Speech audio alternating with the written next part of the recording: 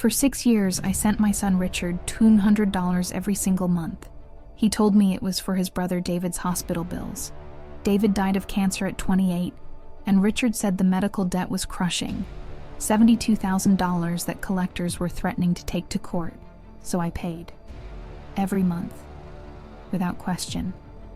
I'm 71 years old, living on Social Security. That $200 was half my income. I worked at Walmart just to afford it. I pulled my own tooth because I couldn't pay a dentist.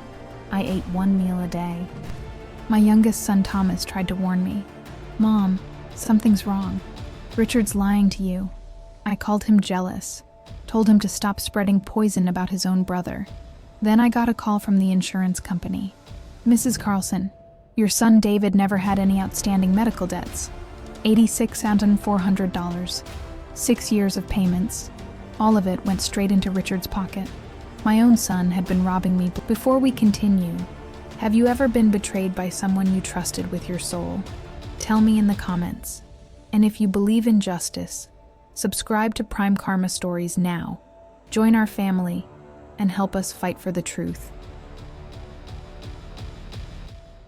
Let me take you back to March 2020, when my world fell apart. My middle son David was dying of cancer. He was only 28 years old. David was a music teacher at Lincoln High School here in Portland. Piano was his gift. He could make any student fall in love with music, even the ones who swore they had no talent. His classroom was always full of laughter and sound. Then came the lymphoma diagnosis. Stage 3.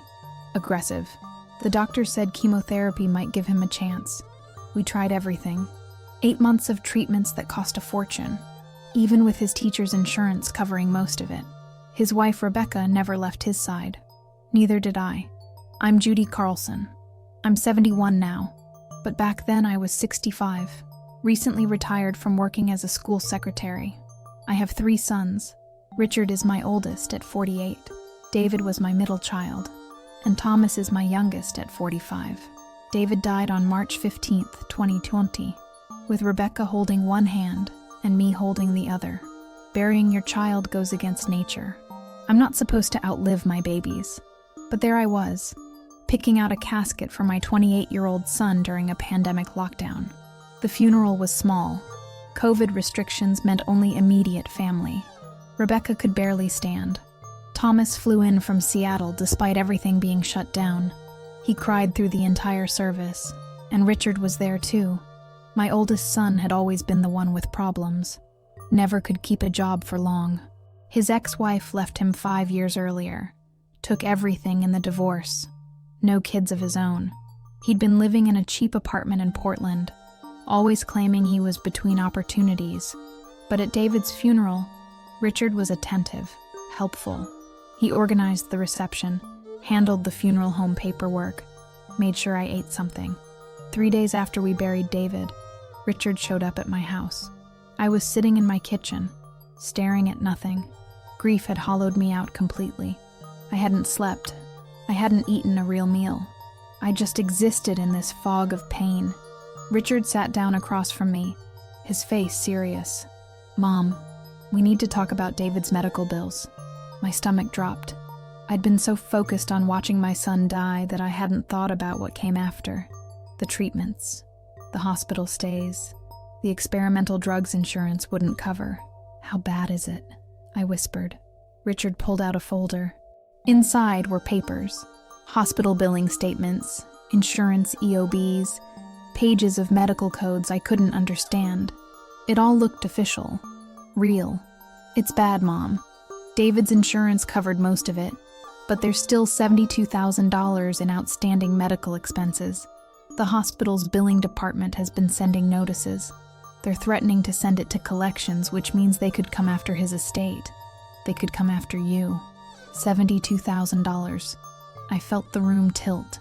I was living on $2,800 a month, Social Security plus a small pension from my years working at the school district. My house was paid off, but that was my only asset. I didn't have $72,000. I didn't have $7,000. What do I do? My voice barely worked. Richard reached across the table and took my hand. "Mom, Listen, I know some people in medical billing from my old sales job. Let me handle this for you. You're grieving. You shouldn't have to deal with collection agencies and hospital bureaucrats right now. I can't let you. I want to help, he insisted. Here's what we'll do. If you can send me $1,100 a month, I'll make the payments directly to the hospital. I can probably negotiate the total down, but we need to start paying immediately, or they'll add penalties and interest. I'll take care of everything. You won't have to talk to anyone or deal with any of it. I looked at my son, my firstborn. The boy I'd raised, fed, loved for 48 years. Are you sure? I asked. Mom, David was my brother. Let me do this for him. For you. Family takes care of family. He showed me the payment schedule he'd worked out. $200 monthly for 5 years would clear the debt. It was manageable, he said. Better than letting it go to collections and destroying my credit. $200 was nearly half my monthly income. But what choice did I have? Okay, I said. Thank you, Richard. He pulled me into a hug. Don't thank me. This is what brothers do. What sons do. David would want me to protect you. That week, Richard gave me his bank account information. I set up an automatic transfer for the first of every month. April 1st, 2020. The first payment went through. No $100 left my account and went into Richard's. I remember looking at my bank balance afterward, seeing how little was left, thinking about how I'd need to budget differently now. Cut back on groceries, cancel my cable, skip the small luxuries I'd been enjoying in retirement. But it was for David, to honor his memory, to clear his name of debt. That's what Richard told me. That's what I believed. I trusted my son completely. Why wouldn't I? He was helping me, protecting me from the stress of dealing with hospitals during the worst time of my life. Richard checked in every month after that. A text message, always the same. Got this month's payment, Mom. You're doing great. David would be so proud. And those messages kept me going, knowing that my oldest son was handling everything, that I was doing right by David's memory. I had no idea that every word was a lie. No idea that there was no debt. No hospital threatening collections. No billing department waiting for payments. Just Richard. And his bank account. And his gambling debts. For 6 years, I would send him that money. For 6 years, I would sacrifice everything. And for 6 years, Richard would take it all without a shred of guilt. But I'm getting ahead of myself. First, let me tell you what those 6 years cost me. $200 a month doesn't sound like much until it's half of everything you have. Within 3 months of starting those payments, my life changed completely. Before David died, I was comfortable. I could buy groceries without calculating every item. I could keep my house warm in winter. I could take my granddaughter out for ice cream when she visited. After the payments started, I became someone else. Someone who counted pennies. Someone who reused tea bags and turned off the heat at night, even when Portland's winter rain made the house freezing. By summer 2020, my savings were gone. I'd already spent most of it helping David with copays during his treatment. Now the $200 monthly payments ate through what little remained. My checking account hovered around $150 by the end of each month. I started buying dented cans at discount stores. Day-old bread. The cheapest cuts of meat. I stopped going to my book club because I couldn't afford the $50 monthly dues. But I told myself it was temporary. Just until David's debt was paid. Just until I honored my son's memory properly. By fall, I couldn't survive on what was left. The math didn't work. $1,600 a month couldn't cover property taxes, utilities, car insurance, food, and my own medications. So at 65 years old, I went back to work. Walmart was hiring greeters. Minimum wage. I took it. 4 days a week, 6-hour shifts. I stood at that entrance in a blue vest, smiling at customers, checking receipts, my feet screaming in cheap shoes I couldn't replace. Do you know what it does to you, working retail at 65 when you thought you were done? When your friends post photos of their retirement trips while you're scanning items and cleaning up spills in aisle 7? It's humiliating. But I needed the money. Richard texted me every month like clockwork.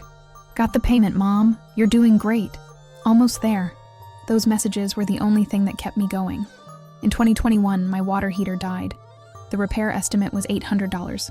I didn't have it. I took cold showers for 4 months until I could save enough from my Walmart paychecks. That same year, a tooth started hurting. The dentist said I needed a root canal. Cost after insurance, Ponor $200, the same amount as Richard's monthly payment. I canceled the appointment. Lived with the pain for weeks, swallowing ibuprofen like candy until the infection got so bad the tooth had to be pulled. It was cheaper that way. Now I have a gap in my smile I try to hide when I talk. Rebecca, David's widow, moved back to California in 2022 to be near her parents. Before she left, she came to say goodbye. We had coffee at my kitchen table, and she looked at me with worry in her eyes. "Judy, you look exhausted. Have you lost weight?" I forced a smile. "Just getting older, honey. You're still at Walmart?" "Keeps me busy." She didn't know about the payments. Nobody did except Richard. I was too ashamed to tell anyone my son had left behind such massive debt. I didn't want people thinking less of David. By 2023, I'd sent Richard $43,200. The debt should have been more than halfway paid off, but Richard never gave me updates on the balance. When I asked, he'd say, "Don't worry about it, Mom. I'm handling everything. Just keep sending the payments." So I did, because I trusted him. That summer, my property taxes came due. They'd gone up. I didn't have enough to pay in full. For the first time in my life, I went on a payment plan with the county. I started eating twice a day instead of 3. Just oatmeal for breakfast, something small for dinner. I lost 15 pounds. People at work asked if I was sick. Then in October 2023, everything shifted. Thomas called me. We hadn't talked much since the funeral. He lived in Seattle, worked as an accountant, and we'd drifted apart over the years. Our conversations were usually brief, but this call was different. "Mom, I need to talk to you about Richard." My defenses went up immediately. "What about him?" "I was in Portland last week for work. I saw him downtown." "Mom, he was driving a brand new Lexus SUV." "So? Maybe he finally got a good job." "He was dressed in expensive clothes, designer sunglasses. He looked like he'd won the lottery." Thomas paused. "Mom, I did some checking. Richard hasn't had a real job in 2 years. So where's he getting money for a $60,000 car?" My hand started shaking. "I don't know, Thomas. Maybe he got a loan. Maybe... Has Richard asked you for money?" The question hung in the air. "Not exactly," I said carefully. "What does that mean?" I shouldn't have told him, but the words came out anyway. "I've been sending him $200 every month for David's medical bills. Richard's been handling the payments for me." Silence. Long, heavy silence. "Mom." Thomas's voice sounded strangled. "What medical bills?" "From David's cancer treatment. The hospital is demanding $72,000. Richard showed me the paperwork." "Mom, David had excellent insurance through the school district. Rebecca told me at the funeral. There might have been a few thousand in copays, but nothing like $72,000. "No." Richard showed me the bills. "Official hospital documents? Did you see them from the hospital directly? Or just papers Richard brought you?" My chest tightened. "Richard brought them." "Mom, listen to me. I think Richard is stealing from you. I think those bills are fake." "That's insane," I shouted. "Richard wouldn't do that. He's your brother. He's my son." "Then call the hospital," Thomas said. "Verify it. If I'm wrong, I'll apologize. But Mom, please, just check." "You've always been jealous of Richard," I said, my voice breaking. "Always competing with him. This is just you trying to cause problems. I'm trying to protect you. I don't need protection from my own son." I hung up. I sat there shaking with anger. How dare Thomas suggest such a thing? Richard was helping me. Richard was the only one who stepped up when I needed support.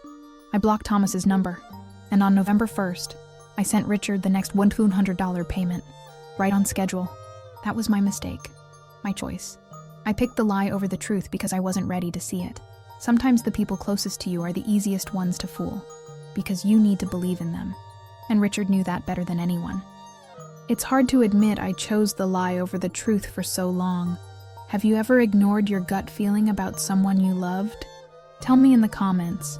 And if Judith's sacrifice moved you, please leave a like to support her journey. 2 years passed after I hung up on Thomas. 2 years of silence between us. 2 years of continued payments. 2 years of $200 leaving my account on the 1st of every month. By February 2026, I'd sent Richard $86,400. I was 71 years old, still working at Walmart, Still eating one meal most days. Still living in a house that was falling apart because I couldn't afford basic repairs. My roof leaked. I put a bucket in the corner of my bedroom when it rained. The fence in my backyard had collapsed during a storm. I just left it lying there. I'd stopped seeing friends, stopped going to church, stopped doing anything that required money or energy I didn't have. Then on a Tuesday morning in February, my phone rang. Unknown number. Seattle area code. I almost didn't answer. Mom, it's Thomas. I should have hung up immediately. How are you calling me? I blocked you. I'm using my work phone. He took a breath. Mom, please, just give me 5 minutes. Don't hang up. Something in his voice stopped me. I hired a private investigator, he said. I know you think I'm crazy, but I couldn't let this go. I had to know if I was right. You had no right. Richard went to Aruba last month, Thomas interrupted. 5-star resort. $8,000 for the trip. Before that, Paris. Vegas 4 times in 2 years. Mom, he's been gambling. High-stakes poker. The investigator has photos. Receipts. My heart was pounding. Where would Richard get that kind of money? He barely works. Silence. Then Thomas said quietly, Where do you think? No. Mom, he's spending your money. The money you're sending him. There are no hospital bills. There never were. You don't know that. Then verify it yourself, Thomas said. Call the hospital. Call David's insurance company. Don't take my word for it. Don't take Richard's word for it. Find out the truth. I can't. Why not? Because I was terrified. Because if Thomas was right, everything I'd suffered for 6 years was for nothing. It meant my own son, my firstborn, had looked me in the eye and robbed me while I grieved. Just make one phone call, Thomas pleaded. If I'm wrong, I'll never bother you again. But Mom, if I'm right, you need to know. He hung up. I sat there holding my phone for 3 days, going to work, coming home, staring at the TV without seeing anything. But Thomas's words kept echoing. Call them. Verify it. On Friday afternoon, I finally did it. I dug through my closet and found David's medical files, insurance statements, hospital discharge papers, everything I'd saved. I found the customer service number for Pacific Health Insurance. My hands shook as I dialed. Pacific Health Insurance, this is Jennifer. How can I help you? My name is Judith Carlson. My son David Carlson was a policyholder. He passed away in March 2020. I need to verify if there are any outstanding balances on his account. I'm so sorry for your loss, Mrs. Carlson. Let me pull that up. Typing sounds. Okay, I have David Carlson here. Policy ending in 4739. What information do you need? I need to know if there are unpaid medical bills, hospital debts from his cancer treatment. More typing. Mrs. Carlson, all claims were processed and paid according to policy terms. His out-of-pocket maximum was met in January 2020, so everything after that was covered at 100%. Final claims were settled in May 2020. The kitchen started spinning. What about collections? Unpaid balances the family is responsible for. No, ma'am. The account shows 0 balance. It was closed in June 2020 after the final death benefit was paid. Death benefit. What death benefit?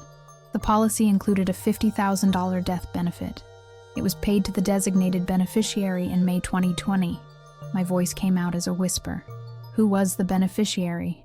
I'm sorry, I can't disclose that. But it would be whoever your son designated on his beneficiary form. David had life insurance. $50,000. And I never knew. Mrs. Carlson, are you still there? The hospital never sent bills to the family? No balance billing? No, ma'am. Everything went through insurance. Total treatment cost was approximately $340,000. Insurance covered $337,000. Patient responsibility was $3,000. Paid during treatment. There are absolutely no outstanding debts. The phone nearly slipped from my hand. Are you certain? Completely certain, Mrs. Carlson. Thank you, I managed to say. I hung up.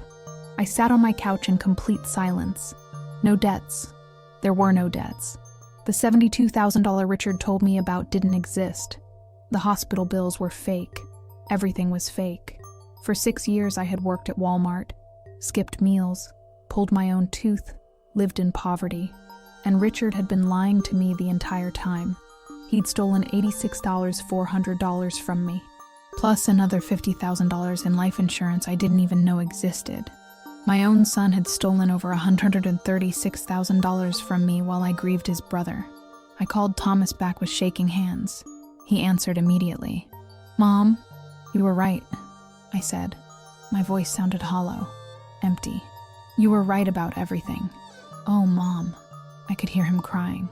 "I'm so sorry. I need your help," I said. And for the first time in 6 years, I wasn't sad. I was furious. And I was going to make Richard pay for every single dollar.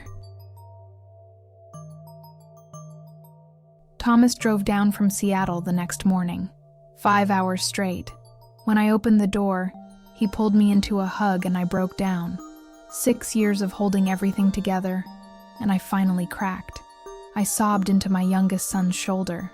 "We're going to fix this," he whispered. "I promise, Mom." He came inside and saw how I was really living.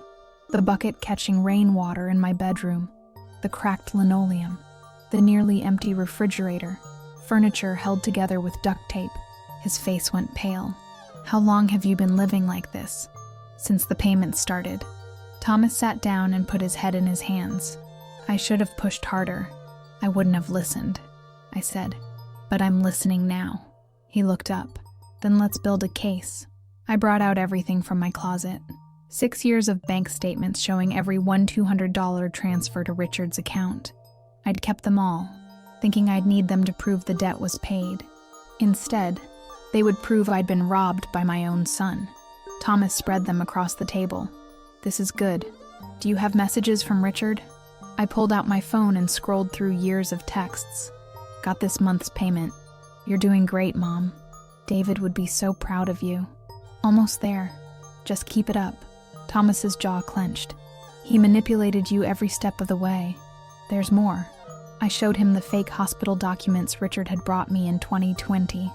Thomas examined them closely. "These are forgeries. Look, this logo is from 2018. The hospital updated their branding in 2019, and this billing code doesn't even exist." He pulled out his own folder. The private investigator's report. Photos of Richard at casinos, credit card receipts from luxury hotels, a timeline matching his spending with my payments. January 2021, I sent $200. Richard spent $2,400 in Vegas that week. June 2023, I sent $200. Richard booked a trip to Paris. Every month, my money went straight into his gambling and his lifestyle, while I worked at Walmart and ate ramen. "We need to call Rebecca," I said suddenly. "David's wife? She might know about the life insurance." I hadn't spoken to Rebecca in almost 2 years. I found her number and called. She answered on the 3rd ring. "Judy, is everything okay?" "Rebecca, I need you to be honest with me. Did David have life insurance through his job?" "Yes, a $50,000 policy." "Why?" My heart sank. "Who was the beneficiary?" "I was. At least I thought I was. But when I tried to claim it, the insurance company said it had already been paid. They told me David changed the beneficiary 6 months before he died. Changed it to who? They wouldn't tell me. Privacy laws. I assumed maybe he made you the beneficiary, Judy, since you'd helped so much with medical costs. I didn't want to ask about money while you were grieving, so I just let it go." Thomas and I locked eyes. "Rebecca, I never received any death benefit." Silence on her end. Then a whisper. "Then who did?" "I think Richard did," I said. "Can you come to Portland? I'll be there tomorrow." Rebecca arrived the next afternoon. When she hugged me, it felt like hugging David. Same warmth, same kindness. I showed her everything. The fake bills, the bank statements, the insurance confirmation that all of David's debts had been paid. She started crying. He used David's death to steal from both of us. "Richard must have forged David's signature," Thomas said. "Changed the beneficiary without David knowing. Collected that $50,000 in May 2020, then invented the medical debt scheme to get even more." Rebecca pulled out her phone.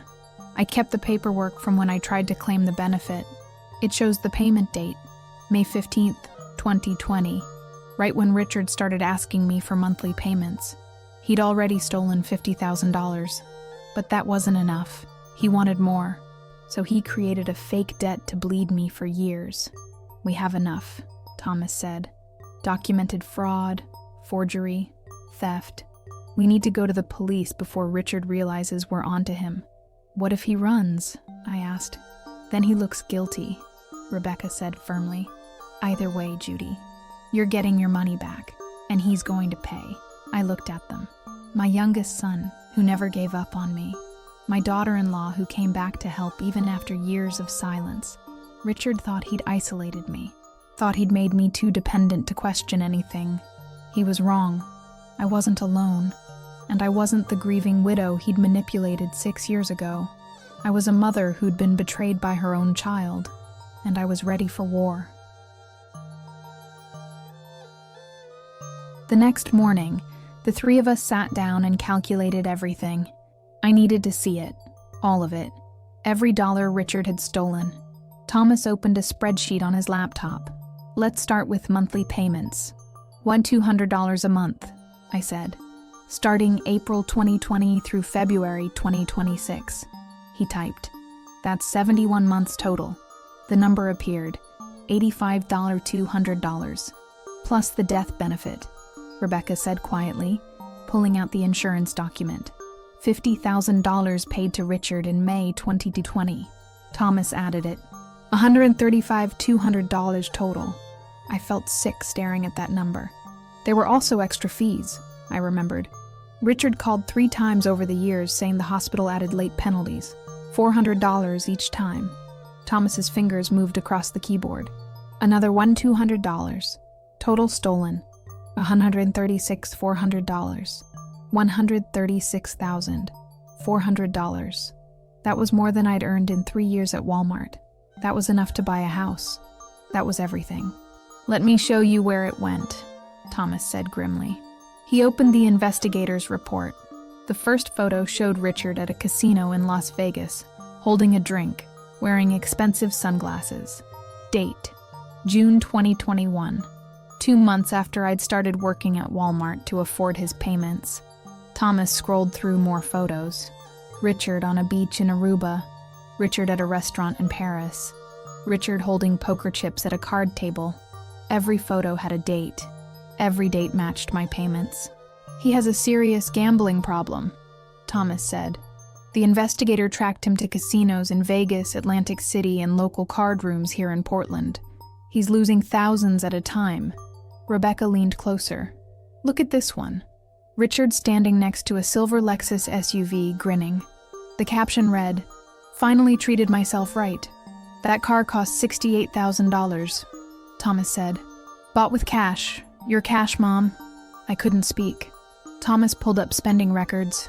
Vegas trip in September 2023. Lost $11,000 in 3 nights. Paris in March 2024. $9,000 total. Another Vegas trip. Another $8,000 gone. How much total? I asked. Thomas checked the summary. Based on what the investigator could track, Richard spent approximately $142,000 in 6 years. More than he even stole, which meant he'd burned through everything and probably gone deeper into debt. He's still broke, I said. Worse than broke, Thomas confirmed. He owes $19,000 in credit card debt right now. He's been using your monthly payments to fund a gambling addiction and a lifestyle he can't afford. The second you stop sending money, everything collapses. Rebecca scrolled through Richard's Facebook. Look at all these posts. Restaurants, concerts, sporting events. Living like he's wealthy while you... She looked around my shabby kitchen. While I pulled my own tooth, I finished. The silence was heavy. There's one more thing, Thomas said carefully. The investigator found out Richard tried something similar before.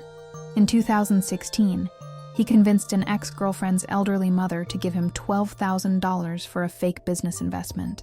She never saw the money again. That's part of why his girlfriend left him. Did she press charges? Rebecca asked. No, she just wanted him gone. took the loss, and moved on. That's why he thought he could do it to me, I said. He got away with it before. Thomas nodded. This is who Richard is. A gambling addict who steals from people who trust him. This wasn't desperation or a mistake. This is a pattern. I stood and walked to the window. Outside, February rain fell on my collapsed fence and overgrown yard. Richard had stolen from his own mother, while I grieved his brother, while I worked myself into exhaustion, while I starved. And he'd posted photos of his Vegas trips on Facebook where I could see them. I want everything, I said, turning back. Every dollar. I want him in prison. I want his life destroyed. Thomas closed his laptop. Then let's go to the police. Richard spent over $140,000 on luxury while his mother suffered. What would you do if you found out your own child was capable of this? Let's discuss this betrayal in the comments below. Monday morning, the three of us walked into the Portland Police Department. The detective who took our statement was a woman in her 40s named Sarah Chen. Sharp eyes, no-nonsense demeanor. I laid everything on her desk. 6 years of bank statements, fake hospital documents, insurance letters confirming no debts existed, proof of the $50,000 death benefit paid to Richard, Thomas's investigator report with photos and receipts. Detective Chen went through it methodically. When she finished, she looked up at me. Mrs. Carlson, this is textbook elder financial abuse. Your son committed wire fraud, forgery, and theft. The evidence you've gathered is exceptional. What happens now? I asked.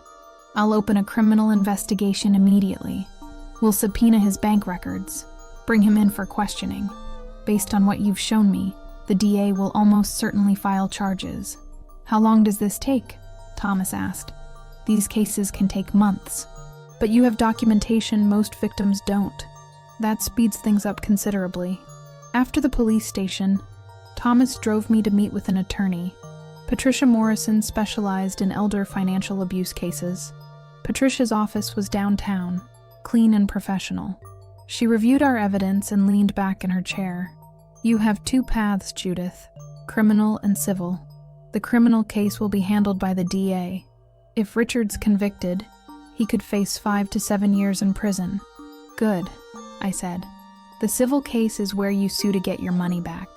You're seeking $136,400 in restitution plus damages. But I'll be honest, if Richard spent everything, which it sounds like he did, we'll need to seize whatever he owns. Property, vehicles, bank accounts. We can also garnish future wages. He drives a Lexus, Thomas said. That's worth something. We'll take it, Patricia said simply. But Judith, this will get ugly. Richard will fight back. He might claim you gave him money willingly. Are you prepared? I have proof, I said. Let him try. There's one more thing we should do, Thomas suggested. Set a trap. Detective Chen and Patricia both looked at him. Richard doesn't know we're onto him yet, Thomas continued. What if Mom calls him? Acts normal. Gets him talking about the debt. Maybe he'll say something incriminating. You want to record him, Detective Chen said. Oregon is a one-party consent state, Patricia added. It would be legal. They looked at me. My hands shook, but I nodded. I can do it. Detective Chen pulled out a small recording device. Call him. Get him to talk about the debt, the payments, anything. If he admits even part of it, the case gets much stronger. That evening, I sat in my kitchen with the recording device clipped inside my cardigan. Thomas and Rebecca sat across from me, silent and supportive. I picked up my phone with trembling fingers. Richard answered on the second ring. Hey, Mom. What's up? His voice was cheerful, casual, like he didn't have a care in the world, like he hadn't been robbing me blind for 6 years. I took a deep breath. Hi, Richard. I need to talk to you about David's medical debt. Can you come over tomorrow? There's something I need to understand. A pause. Sure, Mom. Of course. Is everything okay? I just have some questions. Can you bring the paperwork? Absolutely. I'll be there around 2. Don't worry about anything, okay? Okay. See you tomorrow. I hung up. Thomas reached across the table and squeezed my hand. You did perfect, Mom. Tomorrow, my oldest son would walk into my house thinking I was still his victim. He had no idea he was walking into a trap. Richard arrived at exactly 2 o'clock. I watched through my window as he pulled up in that silver Lexus. My Lexus, bought with $68,000 of my money while I worked at Walmart. The recording device was clipped inside my cardigan. Thomas and Rebecca were hiding in my bedroom with the door cracked, listening to everything. I opened the door before Richard could knock. Hey, Mom. He smiled and hugged me. I forced myself not to pull away. You sounded worried on the phone. What's going on? Come in, I said. He followed me to the kitchen and sat down like he'd done 100 times. Like he was a good son. Like he was trustworthy. So what did you want to talk about? He asked. I've been paying for 6 years now, I said carefully. I was wondering how much is left on David's debt. I'd like to know when I'll be finished. Richard's smile flickered for just a second. You know, I'd have to check the exact numbers, but you're making great progress. Maybe another year. Another year? I repeated. Richard, I've sent you over $85,000. The original debt was $72,000. Well, there's interest, Mom, and some fees that came up. Hospital billing is complicated. That's why I'm handling it for you. What kind of fees? Late charges, administrative costs, the usual stuff. I see. I paused. Richard, I called the hospital last week. He went very still. You did what? I called the billing department at the hospital where David was treated. I wanted to confirm the balance myself. His face paled. Mom, you shouldn't have done that. I told you I was handling everything. They told me there is no balance. I interrupted. They said all of David's bills were paid by insurance in 2020. There are no outstanding debts. There never were. The kitchen went silent. Richard forced a laugh. They made a mistake. Hospital billing departments screw up constantly. That's exactly why I didn't want you dealing with them. They're incompetent. Really? Because I also called Pacific Health Insurance. They confirmed the same thing. Zero balance. Richard stood up abruptly. There's been some confusion. Sit down, I said. My voice was harder than I'd ever used with him. Something in my tone made him hesitate. He sat. There's no confusion, Richard. You lied to me. David never had any medical debts. You made it all up. That's crazy, he said, but his voice wavered. Why would I do that? For money. You've been stealing from me for 6 years. I've been helping you! Richard's voice rose. Managing those payments, dealing with all the bureaucracy so you didn't have to... There were no payments to manage, I shouted. There was no debt. You took my money and spent it on yourself. Richard's face twisted with anger.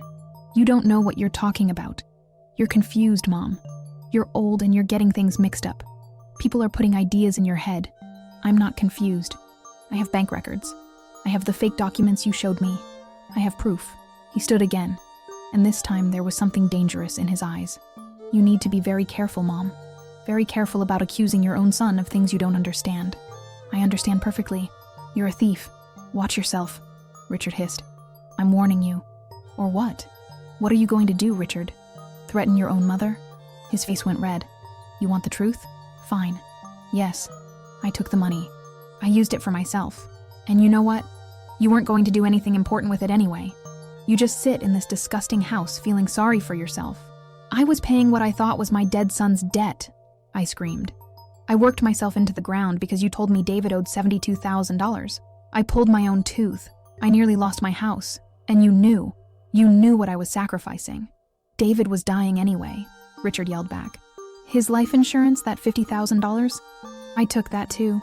Changed the beneficiary 6 months before he died. He never even knew. And I'd do it again because I deserved it more than anyone. There it was. Full confession. I reached into my cardigan and pulled out the recording device. Richard's face went white. What is that? Every word you just said. Recorded. The bedroom door opened. Thomas and Rebecca stepped out. Richard looked between the three of us, realization dawning. You set me up. No, I said coldly. I gave you a chance to tell the truth. You chose to confess instead. You bitch, Richard snarled. You'll never see that money again. It's gone. And good luck proving anything. I'll get a lawyer. I'll make you look like a senile old woman who doesn't know what she's talking about. The police already have copies of everything, Thomas said. They're opening an investigation right now. Richard's face went from white to crimson. You went to the cops? Against your own son? You're not my son, I said. Not anymore. Get out of my house. This isn't over. Richard backed toward the door. I'll destroy all of you for this. Get out. He slammed the door so hard the walls shook. I collapsed into a chair, shaking. But I wasn't crying. I was smiling. We had everything we needed. The recording changed everything. Detective Chen called me the next morning. Mrs. Carlson, this is exactly what we needed. He confessed to everything. The fake debt, stealing the life insurance, forging David's signature. The DA is filing charges today. What charges? I asked. Wire fraud, elder abuse, forgery, and grand theft. He's looking at serious prison time. 2 days later, Richard was arrested at his apartment. Thomas was there and called me afterward. They took him out in handcuffs, Mom. He was screaming that you set him up. The whole building was watching. Good. I wanted everyone to see. Patricia Morrison filed the civil lawsuit that same week. We were suing for $136,000 and $400 in stolen funds, plus $100,000 in punitive damages. We're taking everything he has, Patricia told me. The Lexus, bank accounts, anything of value. We'll garnish his wages for the next decade if necessary. The trial was set for 6 months later. Richard's public defender tried everything to get charges dismissed. They claimed I'd willingly given Richard the money as family assistance. They claimed the recording was entrapment. They claimed I was mentally incompetent. Every argument failed. In August 2026, the trial began. I sat in the courtroom with Thomas on one side and Rebecca on the other. Across the aisle, Richard sat with his lawyer. He wouldn't look at me. He'd lost weight. His expensive clothes were gone, replaced by an ill-fitting suit. He looked exactly like what he was, a desperate man caught in his own lies. The prosecutor was a woman named Amanda Price. She presented our evidence methodically. The bank statements showing $85,200 in transfers. The fake hospital documents with outdated logos. The insurance records proving no debt existed. Then she played the recording. The courtroom went silent as Richard's voice filled the room. Yes, I took the money. David was dying anyway. His life insurance. I took that too. Changed the beneficiary 6 months before he died. I deserved it. Several jurors' faces hardened. Richard's lawyer tried to argue the statement was taken under duress, but then Detective Chen testified, presenting Richard's financial records, the casinos, the luxury trips. Every expense matched my payment dates perfectly. Rebecca testified next, explaining how she'd tried to claim the life insurance and was told it had already been paid to someone else. Thomas testified about the private investigator, about seeing Richard in a brand new Lexus while knowing he had no legitimate income. Then it was my turn. I walked to the witness stand and told my story. The prosecutor asked me to describe my life during those 6 years. I told them about Walmart, about the bucket catching rain in my bedroom, about pulling my own tooth, about eating 1 meal a day. And during all of this, the prosecutor asked, "What was your son Richard doing?" "Gambling in casinos and taking vacations," I said, looking directly at him. "With my money." Richard's lawyer cross-examined me, suggesting I'd misunderstood Richard's intentions. "Sir," I said calmly, "I'm 71 years old, not senile. I know the difference between helping family and being robbed. Your client told me my son owed $72,000 to a hospital. That was a lie. He took my money under false pretenses for 6 years. That's theft." The jury deliberated for 4 hours. When they returned, the 4 persons stood. On the charge of wire fraud, we find the defendant guilty. On the charge of elder abuse, guilty. On the charge of forgery, guilty. On the charge of grand theft, guilty. Guilty on all counts. Richard's face crumbled. His lawyer touched his shoulder, but he shook him off. 2 weeks later came sentencing. Judge Howard Bennett looked down at Richard with contempt. "Mr. Carlson, you didn't steal from a stranger. You stole from your own mother while she grieved the loss of another son. You fabricated documents. You forged your dying brother's signature. You watched your mother work herself into poverty and felt no remorse." The judge paused. "I'm sentencing you to 7 years in federal prison. You will also pay full restitution of $137,400 plus $75,000 in punitive damages. This debt will follow you for the rest of your life." The gavel came down. 7 years. As they led Richard out, he finally looked at me. There was no remorse in his eyes, only hatred. I stared back with nothing but cold satisfaction. Justice had been served, but the consequences were just beginning. The sentencing was just the beginning of Richard's destruction. Within a week, the civil court ruled in my favor. Richard's Lexus SUV was seized and sold at auction for $51,000. His small bank account, $100, was frozen and transferred to me. The retirement account he'd somehow managed to keep had $6,800 gone. Investigators searched his apartment and found items bought with my money. A Rolex watch worth $7,500, designer clothes worth $2,000, expensive electronics worth $1,800. All of it was confiscated and sold. In the first month alone, I recovered $7,200, but the financial destruction was only part of it. The Portland News covered the story extensively. Local man sentenced to 7 years for stealing $136,000 from elderly mother was the headline on every channel. Richard's face was everywhere. Local TV, newspapers, online news sites. His Facebook page was flooded with comments. Hundreds of people calling him a monster, a thief, a disgrace. Former friends, distant relatives, people from our hometown, all publicly condemning him. Someone created a Facebook group called Justice for Judith Carlson, with over 3,000 members sharing the story. Richard's ex-wife gave an interview to a local reporter. "I tried to warn people about him years ago. He stole from my mother too. I'm glad he's finally being held accountable." The few friends Richard had left abandoned him completely. His poker buddies at the casino stopped taking his calls from prison. His apartment complex manager told reporters, "We had no idea we were renting to a criminal." Even in prison, Richard couldn't escape it.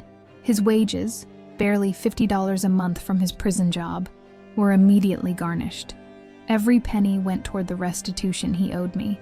Patricia Morrison set up a payment plan that would haunt him for decades. Prison wages now, future employment wages garnished at the maximum legal rate once he's released. The $211,400 judgment would follow him until every dollar was paid. When he gets out in 7 years, Patricia explained, he'll be 55 years old with a felony record, destroyed credit, and garnished wages. He'll never own property, never get a decent job. He'll spend the rest of his life paying for what he did to you. Richard's entire life was destroyed. His freedom, gone for 7 years. His possessions, seized and liquidated. His reputation, demolished beyond repair. His future, ruined permanently. His family, done with him forever. When Thomas and I visited David's grave a week after the sentencing, I told my middle son what had happened. "Richard paid for what he did to you," I said quietly. Justice was served. A yellow butterfly landed on David's headstone. I chose to believe it was a sign. The first check arrived in October 2026. $70,200 from the seizure and sale of Richard's assets. I sat at my kitchen table staring at that cashier's check and cried. Not tears of joy, tears of relief, of validation, of finally being able to breathe. Thomas was with me when I deposited it. "What are you going to do with it?" he asked. "First, I'm going to fix my life." And I did. I paid off the property tax payment plan I'd been stuck on for 3 years. I hired a contractor to fix my roof. No more bucket in my bedroom. I replaced my dying refrigerator and cracked linoleum. I got the dental work I'd postponed for years. I bought new clothes. For the first time in 6 years, I went to the grocery store and didn't check prices. I bought fresh vegetables, good meat, real coffee. I stood in the produce aisle and cried because I could afford strawberries. I quit Walmart in November, walked into my manager's office and gave 2 weeks' notice. "Are you retiring for real this time?" she asked. Yes, I said, for real this time. On my last day, I walked out of that building feeling lighter than I had in years. The rest of Richard's debt would come slowly, his prison wages garnished at $50 monthly, his future wages after release garnished for decades. Patricia Morrison estimated I'd eventually recover close to $140,000 of the total judgment. It would take years, but every dollar was coming back. In December, I took Rebecca to lunch at a nice restaurant. We ordered whatever we wanted, and I told her my plan. I want to create a scholarship in David's name, for music students. Rebecca's eyes filled with tears. Judy, he would have loved that. David believed every child deserved access to music education. I want to honor that. I want his legacy to be about helping students, not about the disease that killed him, or the brother who exploited his death. We established the David Carlson Music Scholarship Fund in January 2027. I donated $15,000 to start it.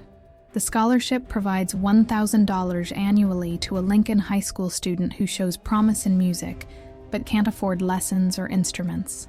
The first recipient was a 14-year-old girl named Maya, who wanted to learn violin. When I handed her the award at the school ceremony, she hugged me and whispered, "Thank you for believing in me." I thought about David, how he would have encouraged her, inspired her. Richard tried to turn David's death into profit. I turned it into purpose. Thomas and I grew closer than we'd ever been. He visits Portland monthly now. We have Sunday dinners. We talk every week. We rebuilt what Richard tried to break. Rebecca became like a daughter to me. She's dating someone new, healing, moving forward. David would be so proud of you, she told me once, of how you fought back. So, in March, a local senior advocacy center asked me to speak at their conference about elder financial abuse. I stood in front of 200 people and told my story, not as a victim, but as a survivor. Elder financial abuse thrives in silence, I said. Abusers count on shame, family loyalty, and victims being too embarrassed to speak up. But there is no shame in being deceived by someone you trust. The shame belongs entirely to the person who exploits that trust. You know, the standing ovation lasted 3 minutes. An 80-year-old woman named Helen approached me afterward. My nephew has been taking money from me for 4 years. I was too scared to report him, but after hearing you, I'm going to the police tomorrow. Good, I said. Fight back. You deserve justice. I started volunteering at the senior center twice monthly, counseling other fraud victims, helping them document cases, connecting them with lawyers. My story became bigger than just me and Richard. It became a message of hope. In April, I drove to David's grave. I brought fresh flowers and sat on the bench next to his headstone. I fought for you, I told him. I made sure the person who used your death to hurt people faced consequences. There's a scholarship in your name now. Students who love music like you did will get help because of you. That's your legacy. I planted a yellow rose bush next to his grave. I love you. I'll be back next week. Now sitting in my repaired, comfortable house, I look back on 7 years and see clearly. Richard thought he'd found the perfect victim, a grieving mother, vulnerable, trusting. He was wrong. When I saw the truth, I didn't hide. I fought back with everything I had, and I won. I'm 71 years old. I'm living on Social Security, working part-time at a nonprofit helping seniors. I have Sunday dinners with Thomas. I video call Rebecca weekly. I tend my garden. I visit David's grave. I'm not rich, but I'm free. Richard is in federal prison serving 7 years. His life destroyed, his name ruined, and every month, $50 of his prison wages comes to me. A reminder, a payment, a reckoning. Karma isn't always instant. Sometimes it takes 6 years to build, but when it finally comes, it's complete. If you're listening and someone is taking advantage of you, hear me. You are not powerless. Document everything. Reach out for help. Don't let shame or fear keep you silent. If you've been betrayed by family, know this. You don't owe loyalty to people who abuse your trust. Blood doesn't give anyone the right to destroy you. Fight back. You deserve justice. Thank you for listening to my story. If this resonated with you, please leave a comment below sharing your thoughts. And don't forget to subscribe to Prime Karma Stories for more real stories of betrayal, revenge, and justice. Remember, karma is patient, but karma always wins.